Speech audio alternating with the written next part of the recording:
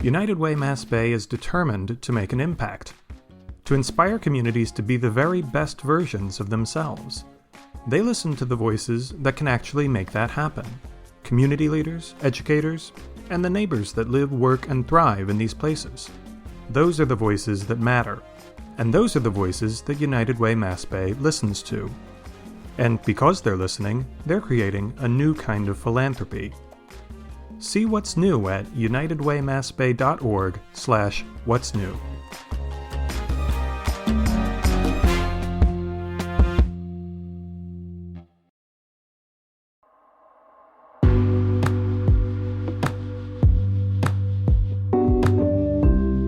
Welcome to the Codcast. I'm Bruce Mohl of CommonWealth Beacon, and I'm joined by Gordon van Welie, the guy charged with keeping the lights on in New England.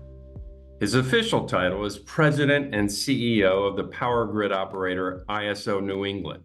Welcome to the show, Gordon. Thank you, Bruce. It's great to be with you again. Gordon, the power grid your organization oversees appears to be entering a very uncertain period. The Mystic Generating Station in Everett, once the region's largest power plant, is shutting down for good, a symbolic indicator in some respects of more change to come.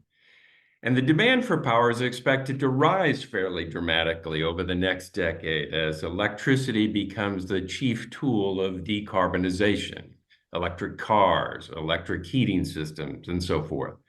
It's a process so it works only if the electricity is carbon-free. The push for carbon-free electricity is contingent on the development of offshore wind, hydropower from Quebec, and battery storage development. None of these variables are under your control. Yet you have to support them while keeping the lights on. How do you thread that needle? Thanks, Bruce, for asking such an easy question. So yes, as you remarked a moment ago, the retirement of the Mystic Station is quite symbolic. And I just visited the staging area for Vineyard Wind 1 last week. And so there's something symbolic about a 1,600 megawatt gas-fired combined cycle retiring and an 800 megawatt offshore wind farm coming online. And there's another one in the works called Revolution Wind. So the change on the New England system has been underway for about a decade now. But I think it is an opportune time to sort of talk about how this change is unfolding. And, if you give me the opportunity during this conversation, I'd like to answer your question about threading the needle using a framework that I've been using to communicate what the key ingredients are for a successful, a reliable, clean energy transition. And I call it the 4 pillars framework. So the first pillar is the clean energy that's needed in order to power a clean grid and power a clean economy. And obviously we're going to need lots and lots of renewable energy to do that. The second pillar is what I call balancing resources. So you need something that can fill in behind the renewable resources because they're controlled by the weather and the weather doesn't always cooperate. So you need something that can fill in behind those renewable resources moment to moment, day to day, and sometimes week to week.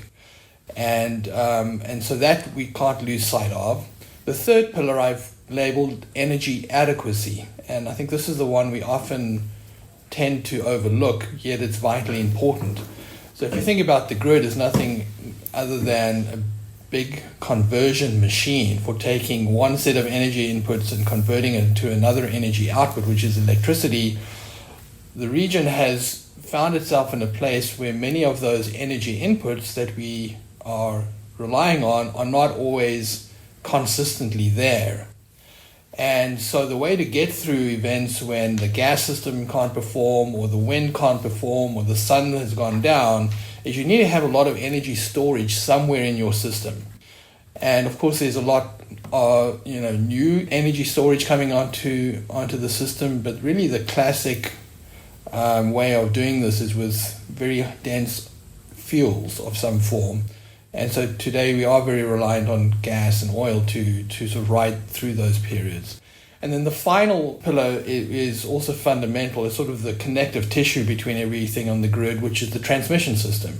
And we're going to need to invest heavily in transmission to both meet the growing demand for electricity, but also to interconnect all the renewables coming onto the system and to be able to deliver that clean electricity to where it's going to be consumed. I've heard your pillar speech a couple times, so I'm pretty familiar with that aspect of it. But I wanted to get from you a sense of there's a lot of potential for offshore wind off the coast, but it's been, for someone who's followed this for quite a while, at least from my end, it's slow. It's gets an approval and then the economy shifts and the contract has to be terminated, or there's always roadblocks. It never happens quickly, let's put it that way. And we're just coming to the point where the first ones are moving toward completion. They're not there. They still have a ways to go. But are you feeling, as you watch this, because a lot of the, if I guess one pillar falls out, you've got some problems. How nervous are you about offshore wind development off the coast? You think it's going to happen in time to meet the grid's needs? Yeah, it's a great question, Bruce. We're watching this closely because, the reason I teed up the 4 pillars was to say something further, which is the evolution of those pillars has to meet the demand for electricity. And we've got one big, let's call it an uncontrolled variable here, which is the demand for clean energy has been driven by individual consumers and businesses who want the clean energy, and the legislatures in the region that are creating the incentives to move people in that direction. So the question is, will supply of electricity meet the demand for the electricity? And then to become more specific about your point, the question will be if what we're going to rely on heavily in this region is offshore wind. It's the most energy dense new resource that we can get. Very hard to build anything other than wind and solar in this region. And if you look to our north, Quebec has become energy constrained, and New York to our west is following a similar trajectory to us. So if you think about the options available to New England, offshore wind is the only energy dense game in town. And so we have to stand up that industry in a timely fashion.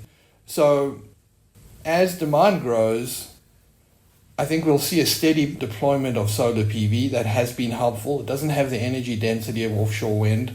So the question of whether or not we will be in good shape or not 5 to 10 years from now is very much going to be a function of whether we can get that offshore wind industry up and going and interconnected into the system. And there are some troubling signs at the moment. So we've been watching the same things that you've been watching, which is the supply chain issues. If you speak to the offshore wind developers, they'll tell you there's only a handful of vessels in the world that can put the monopiles into the seabed. There's another 2 handfuls of vessels in the world that can actually construct these vessels out in the ocean.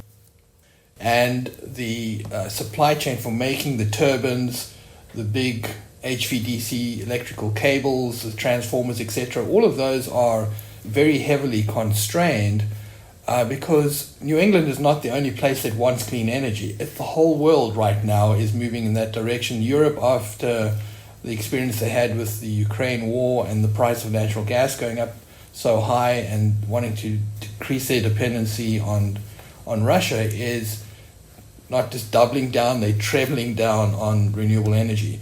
So we're competing with countries around the world for the same equipment. And so that is going to have 2 impacts. The one is it's driving costs up. I think we should expect to see that the cost of offshore wind is going to be much higher than what we had thought it was a few years ago. But it's also driving delays into the system because the economics drove a whole round of recontracting, and the economics around the supply chain is also going to slow things down. We're also new to that industry. It's not like we've been doing this for a long time. Obviously, a lot of companies familiar with the business in Europe are coming over here to do it, but they're encountering the problems you mentioned, but they're also, it's just new. Everything's new. And so it takes time, I guess, to develop a rhythm to this industry. And it strikes me that Even Vineyard Wind 1, the offshore wind farm that is hoping to be the first commercial scale wind farm in the US, over the winter, it's very tough to construct these turbines out in the ocean with the wind howling and the waves go very high. So it's something new. And all I'm trying to say is that it seems like if I was you, I need backups to my backups with all these variables floating around. Is that fair to say? I think that's fair to say, but I think we need to talk about another variable because the pace of electricity growth is also what's going to shape the risk on this. And that's a very hard thing to forecast right now. So we have based a 2050 transmission plan essentially on an electricity demand forecast given to us by the states. Because the hard problem here is how do you figure out how many gasoline-fired or powered vehicles or diesel-powered vehicles are going to convert to become electric vehicles, how many people are going to convert their gas or oil heat or propane heat into electrical heat, and in what period of time. So we've relied on the inputs we've received from the states, but we're also seeing that the growth is not happening quite as quickly as what we had anticipated. So we just revised our forecast down a little bit from last year, and we're going to be watching that closely. So the states and the state legislators in particular have the ability to drive the demand harder, or let me say faster or slower, depending on the incentives that they create. And so I think one of the things folk need to keep an eye on is to make sure that we don't drive the demand harder than the supply can actually come online, right? So I think for now, if you look at where we are today, we've got a bit of extra surplus capacity, a bit of extra headroom on the system. Solar PV has been a success. It's really taken demand off the grid, and we've never reached the peaks in the summertime that we reached back in 2008. So if you look at what the states have done with investments in solar and in energy efficiency, that's actually dropped demand on the grid. So we've got a bit of headroom for the first 3 or 4 years in terms of electricity growth. The question is, when does the hockey stick? When do we hit that sharp part of the hockey stick? And if we hit that hockey stick from a demand point of view and the supply hasn't caught up yet, then we're in trouble. But that's a few years out. So I think we're not feeling concerned about it today. We're keeping an eye on the forecast for 5 years away, 5 to 10 years away. But I'd say the risky period is in that sort of beyond 5-year period. For now, we're okay. Tell me a little bit about, you said you adjusted downward your estimates of the demand for electricity. Tell me a little bit about that. How big and over what time period? Well, so I can't give you an answer off the top of my head as to how much we adjusted downward from the last year version. We can follow up with you and give you that detail. But we did the new 10-year forecast we just put out shows about 17% growth over the next 10-year period. So if you want to average that out, it's like 1.7% growth. I think we were projecting something a little higher last year, and if you go back in time, sort of 3, 4, 5 years ago, that number was less than 1%. So it was growing very slowly. I mean, the demand was actually quite flat, and it started picking up because, of course, there are conversions taking place from gasoline-fired powered vehicles to EVs, from propane and oil into heat pumps. So that is happening, but the states have also continued to invest in energy efficiency and solar PV. So there's been an offsetting effect. So the recent downward adjustment is just reflecting the reality of those variables interacting the way I've just described. So there's been some growth, but some of the growth has been offset by energy efficiency and solar PV. But there's going to be a point here, and you can see it in all of the long-range studies that we've put out there, that in order to meet the decarbonization goals, there's got to be a very large-scale conversion into electricity. And that's what I call the hockey stick. And when you hit the steep part of the hockey stick, that's when there has to be enough clean energy supply to support that. Otherwise, we'll probably end up burning fossil fuels to support that demand increase. I can see why it's difficult to estimate that, because all of us are making these decisions. You know, you see electric vehicles. While I'm driving my gas-powered vehicle down the road, I see electric vehicles zipping by, but I haven't quite reached that point where I say, oh, I'm ready to shift yet. And I think a lot of people are nearing that point, perhaps, but not quite there yet. So that I can see that that's a variable that you're watching very closely. That's right. It's very difficult to predict the individual decision-making of 15 million people in this region. That's what it comes down to, right? Because you have a home, I don't know what you heat your home with, but there's a point at which you can ask yourself the question, does it make economic sense for me as an individual to shut down my gas furnace, my gas boiler, and move to heat pumps? And there'll be a capital cost, and maybe there'll be some incentives there, but you're going to have to make that economic decision. And so you then aggregate that right across the region, and that's the thing you're trying to forecast. And I think people's individual behavior will be a function also of the incentives that are put out there to incentivize people to move from one energy source to another, or in some cases, regulations will be put in place. So there are at least 10 towns or cities in Massachusetts where it's no longer possible to use new gas heat for new construction. So I think that will start shifting things as well. So the forecasting problem, though, is how do you aggregate all of that? And so we're all just guessing at the moment. Once the trend gets underway, we'll have a clearer idea of how to estimate its continued growth. And you mentioned our neighbors to the north, Quebec. They've always been, for many years, perceived as a place that we could import hydropower from. And we're doing that. It's happening already, and we're building a new line to do that.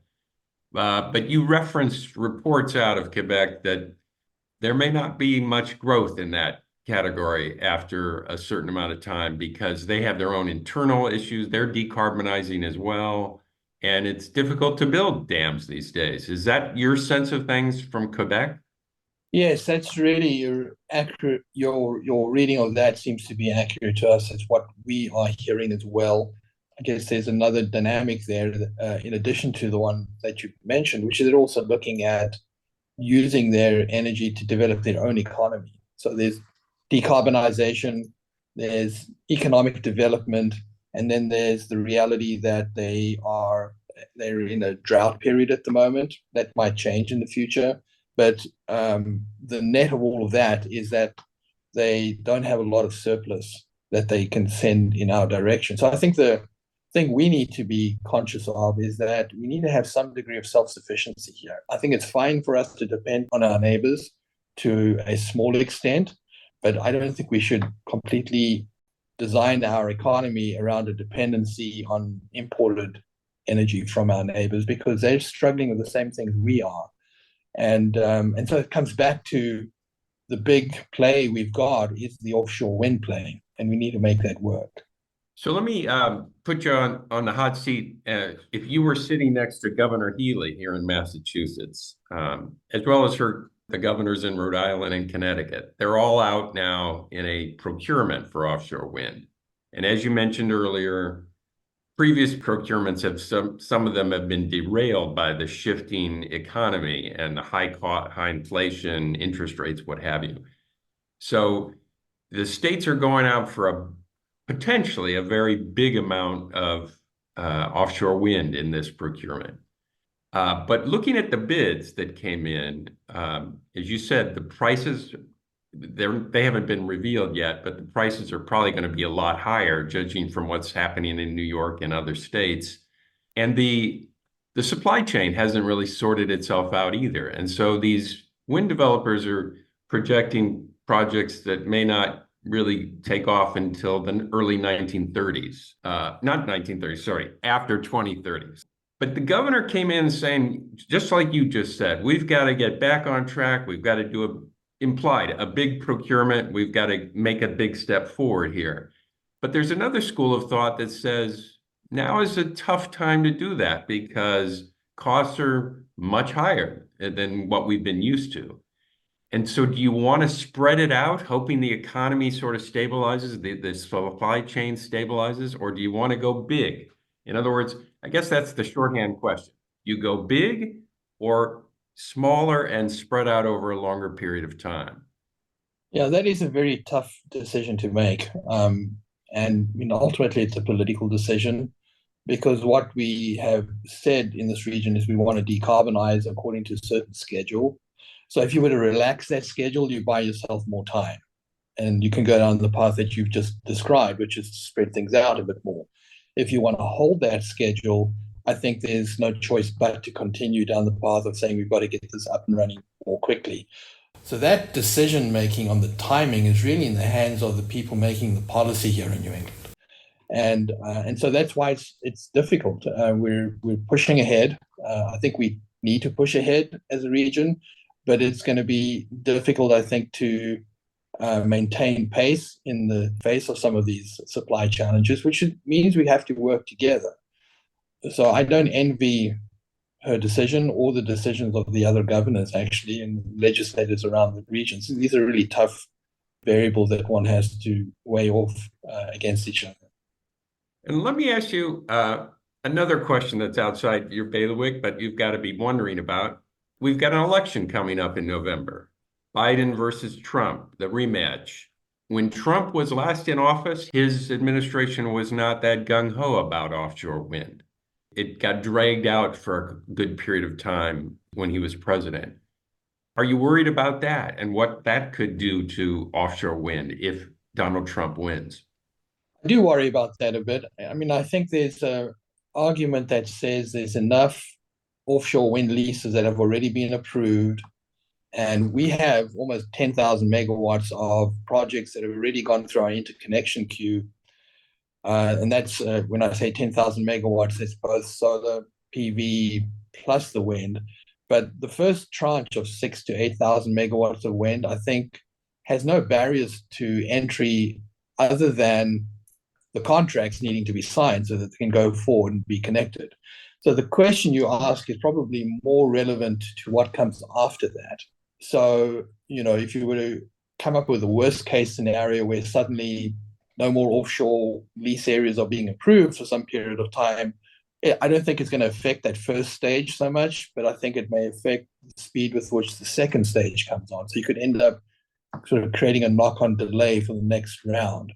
So that would worry me because that's probably going to start affecting the mid-2030s. It'll affect the supply from an offshore wind development perspective.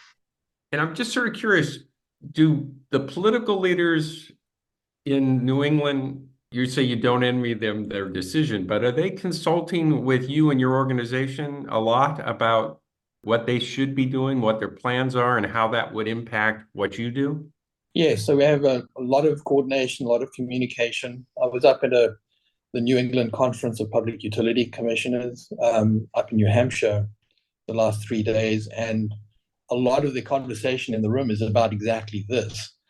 And one of the things I'm really encouraged by, the states are working really hard on trying to come up with some standardized way of utilizing demand response at the retail level. So, in our market today, we've got some demand response participating in the wholesale level, and we see a little bit of retail demand response, but not much more than, 200-300 megawatts. And there's a much bigger untapped potential.